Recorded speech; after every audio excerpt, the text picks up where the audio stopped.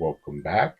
It is Bones, and let's go ahead and take a look at some custom work that I have done on the Knightfall Bane and Batman 2-pack from Mcfarlane's DC Multiverse. Now, didn't really do that much or anything very intricate or anything like that, but I do want to talk about the things I did do and the process that I had to go through to repaint these figures, just in case you want to, try this yourself or have thoughts of doing this or anything like that. So, pretty cool 2-pack. You do get that more Knightfall style Bane, even though it is on the same book from the original release. And you do get a repainted Knightfall Batman, this one having an alternate head sculpt. Now, I won't really get too much into accessories or articulation or anything like that because I do have some other things planned for these figures where we'll take a closer look at what they bring to the table later on in other videos. But right now, we're just going to look at the repainting that I did. Now, I have seen some pretty awesome repaints online on Instagram where they added a lot of darker cell shading, black wash, or shadow detail, making this Bane figure look even more incredible than it already does. Haven't seen too many on this Batman, so I'm really excited to show you guys and take a look at this one. But let's go ahead and get into it. Now, I will start off with the Batman.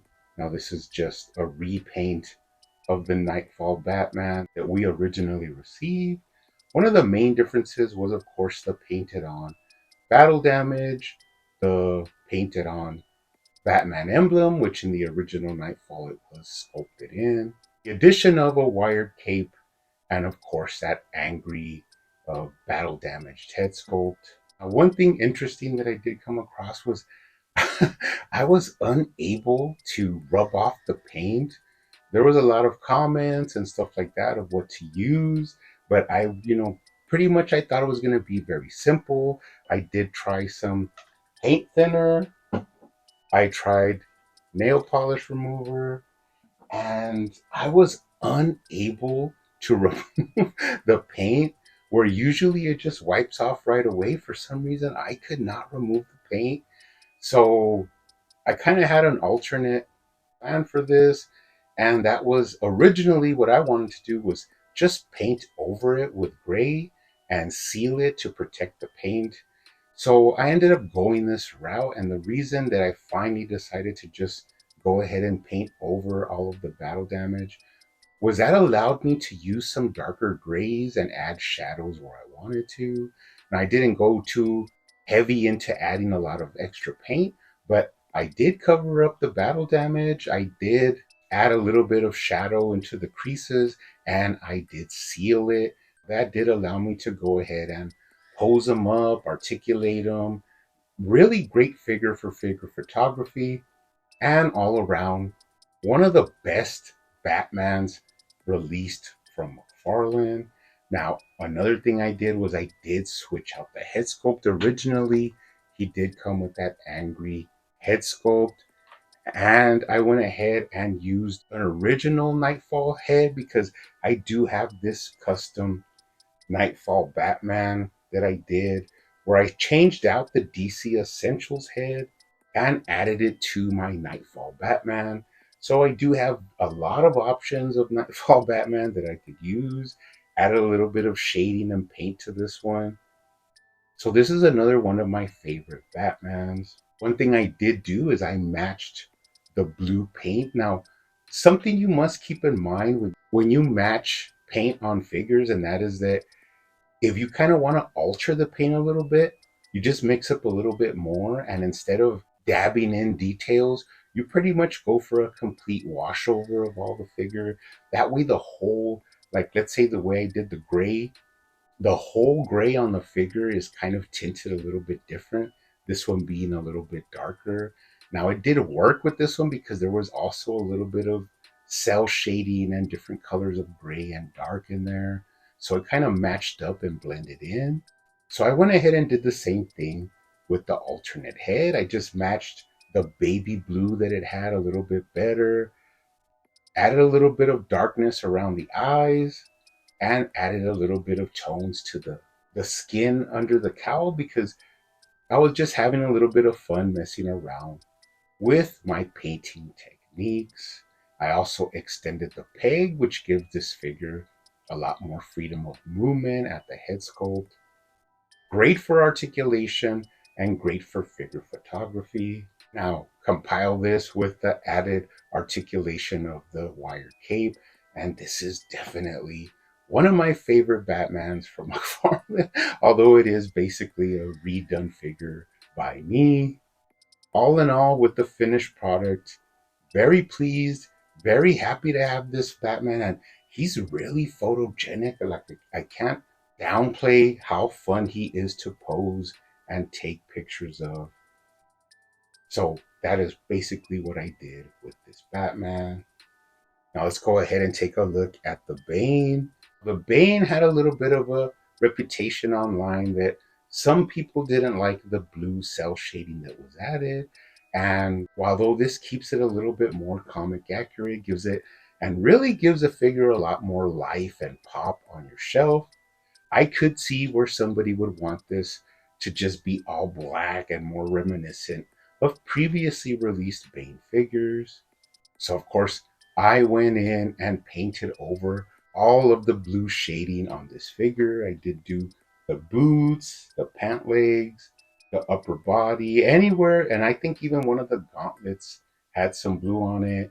And of course, I did this in a satin black so that it would keep that, tone of not being too glossy, but also not being too matte.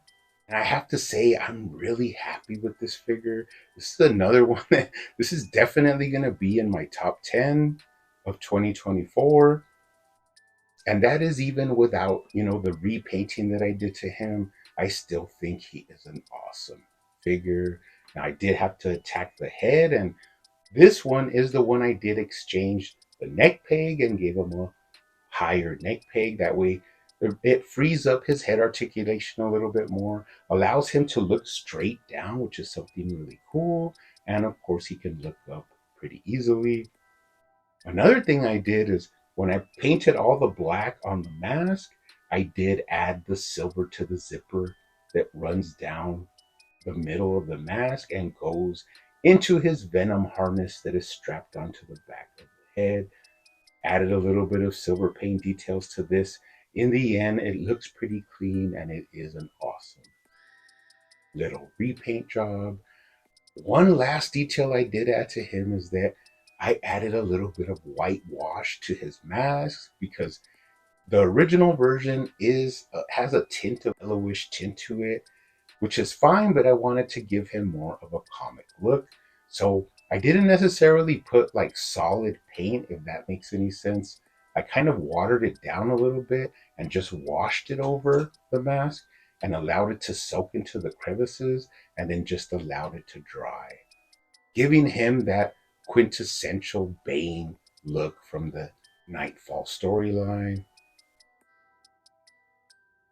Now, while of course you guys could say, oh, Bones, but you ruined your two-pack figures, do not fear because of course I did buy a replacement for these. I will be opening this up and replacing my original standard release Batman and Bane, so do not worry about that. And I also bought another one to keep mint in box.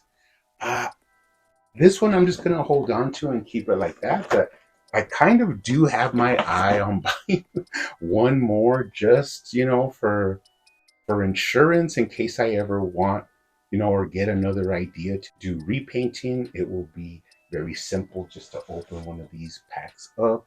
Now, another thing I did buy in a video that I'm going to work on in the future, I did pick up the Mafex Knightfall Bane.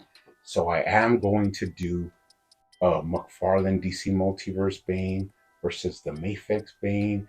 Now, this has been pretty polarizing online. You can find people that swear up and down that this is the greatest Bane figure ever released. But you do have a contingency of people that say this Bane blows this one out of the water just on sculpt alone and detail alone. We do know that the Mayfix is going to win in some sections of this versus battle, but you'll be surprised at a lot of things that this Mcfarlane one did right. So I'll be working on that video. I'm cutting through all of the bull because there are some things that I have watched a good amount of reviews on this Bane, this Mayfix Bane, and there are some things that are just glaring, errors that I do not enjoy. And that's without even, looking at it in hand. I will make the video and open this up and really compare them.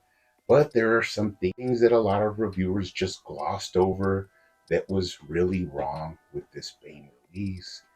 And when comparing these two in the end, it's good. It's gonna be rather interesting. I will work on that video. I'll probably do that one this weekend because I have some reviews that I want to get out, for the next 2 days. But that's my plans. That's my customs. You guys keep hunting out there, keep collecting, keep customizing, and I will see you on the next one.